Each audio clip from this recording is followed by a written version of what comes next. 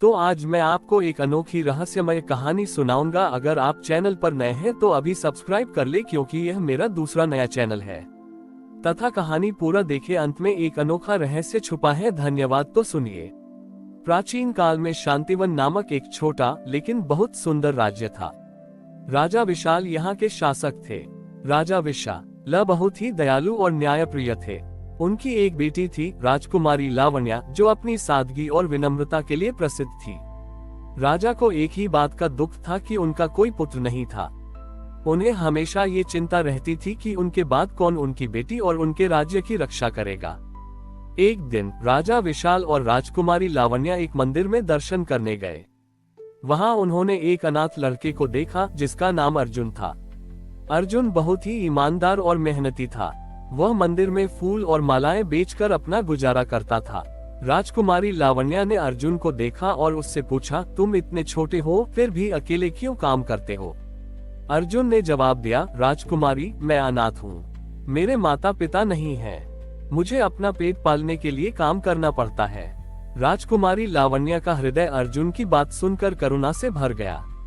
उसने राजा विशाल से कहा, पिताश्री, क्या हम इस बच्चे को अपने साथ नहीं ले जा सकते? राजा विशाल ने लावण्या की बात मान ली और अर्जुन को अपने साथ महल ले आए। अर्जुन को महल में बहुत सम्मान मिला, लेकिन वह कभी भी अपनी सादगी नहीं भूला। वह हमेशा बड़ी ही मेहनत और ईमानदारी से काम करता था। जब रक्षाबंधन का त्योहार आया तो राजकुमारी लावण्या ने अर्जुन की कलाई पर एक सुंदर राखी बांधी। अर्जुन ने उस राखी को बहुत सम्मान दिया और कहा, राजकुमारी, आज से आप मेरी बहन हैं और मैं आपकी रक्षा करूंगा। कुछ समय बाद राजा विशाल का स्वास्थ्य बिगड़ने लगा। इसी बीच एक पड़ोसी राज्य के एक अहंकारी राजा ने शांतिवन पर हमला करने की योजना बनाई। उसने ये सोचा कि शांतिवन का राजा बीमार है और उसका कोई पुत्र नहीं है, इसलिए वह आसानी से जीत सकता है। अर्जुन को ये बात पता चली। उसने अपनी बुद्धिमत्ता और बहादुरी से उस राजा की सेना को हरा दिया और अपने राज्य को बचा लिया। जब राजा विशाल ठीक हुए तो उन्होंने अर्जुन की बहादुरी और बुद्धिमत्ता को देखा। उन्होंने अर्जुन को अपना उत्तराधिकारी घोषित किया। राजकुमारी लावण्या ने भी इस बात का पूरा समर्थन किया। इस तरह एक साधारण अनाथ लड़के ने अपनी मेहनत और ईमानदारी से युवराज तक का सफर तय किया। ये कहानी हमें सिखाती है कि रिश्ते खून के नहीं, बल्कि प्यार और भरोसे के होते हैं।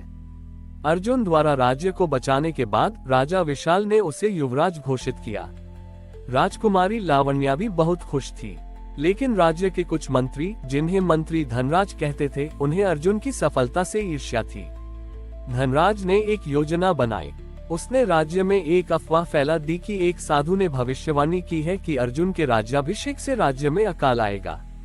यह अफवाह तेजी से फैल गई और लोग चिंतित होने लगे। जब अर्जुन को ये पता चला तो वह राजा विशाल के पास गए और बोले, पिताश्री, मुझे अपनी निर्दोषता साबित करने का मौका दीजिए। उद्धरण चिन्ह। राजकुमारी लावण्या ने भी अर्जुन का साथ दिया।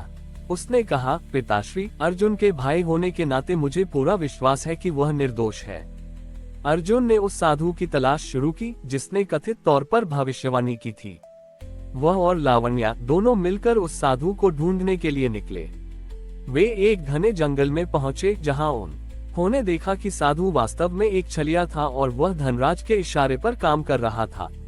अर्जुन ने उस साधु से कहा, तुमने एक झूठ बोलकर पूरे राज्य में भय फैलाया है।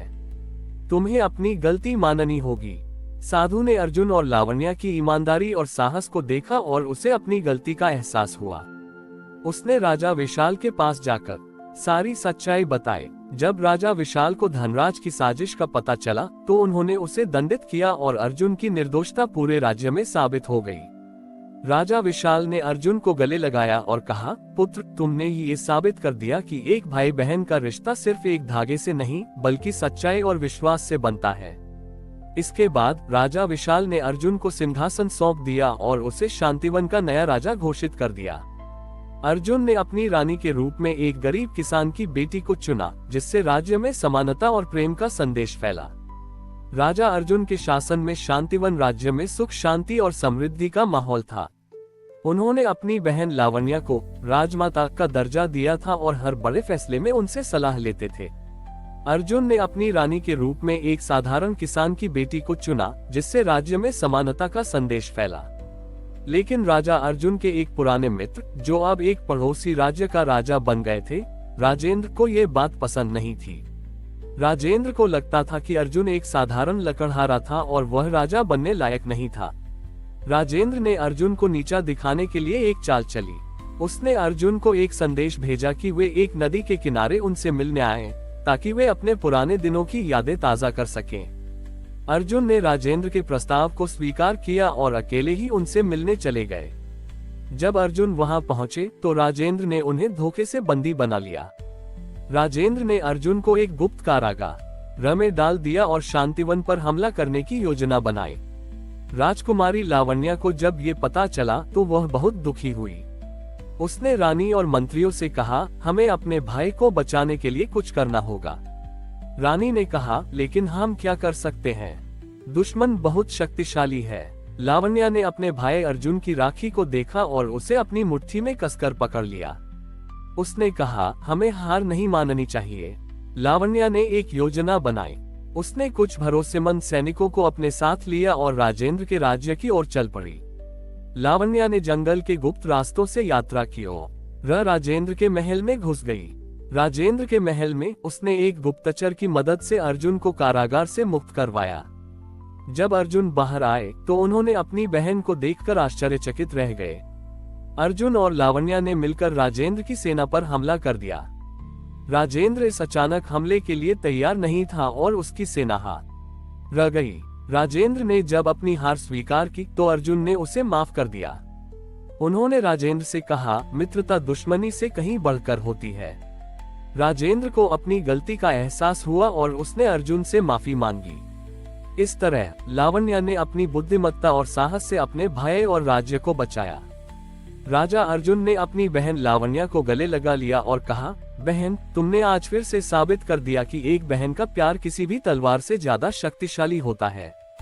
हमारी और भी आध्यात्मिक एवं अनोखी कहानियां देखने के लिए हमारे चैनल पर जाएं तथा धार्मिक एवं पौराणिक अनोखी कहानियां हमारे चैनल पर है। कृपया जाके देखें तथा हमारे चैनल को सब्सक्राइब करके रखें और वीडियो लाइक जरूर करें। धन्यवाद।